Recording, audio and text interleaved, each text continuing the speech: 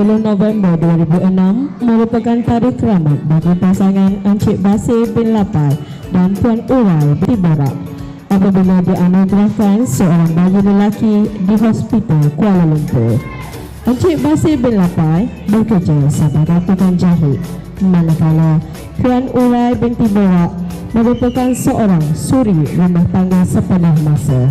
Kasih sayang yang tidak berbelah bahagi dicurahkan kepada anak bongsu daripada 7 orang anak-anak mereka. Sains merupakan mata pelajaran yang amat diminati oleh murid ini. Bercita-cita besar apabila ingin menjadi seorang angkasawan suatu hari nanti.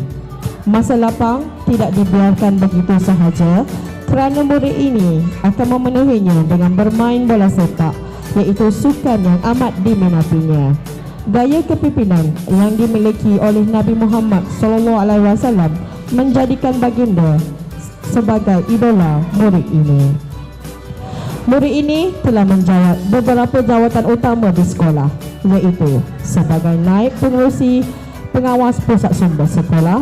Selain itu, murid ini telah dilantik menjadi sebagai naib setiausaha kelab Jacob di sekolah. Pengakap merupakan pasukan pakaian beruniform yang disertainya dan memegang jawatan sebagai pengerusi. Selain itu, murid ini juga memegang jawatan sebagai naib pengerusi bagi permainan softball.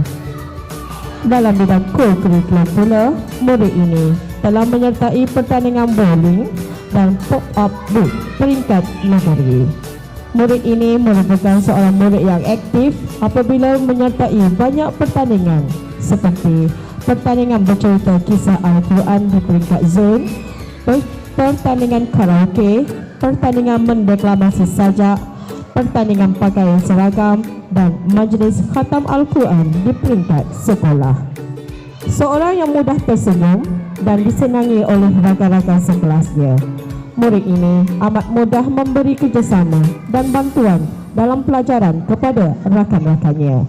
Murid bertuah yang dimaksudkan ialah Muhammad Azmi bin Basir dari kelas 6 Arif.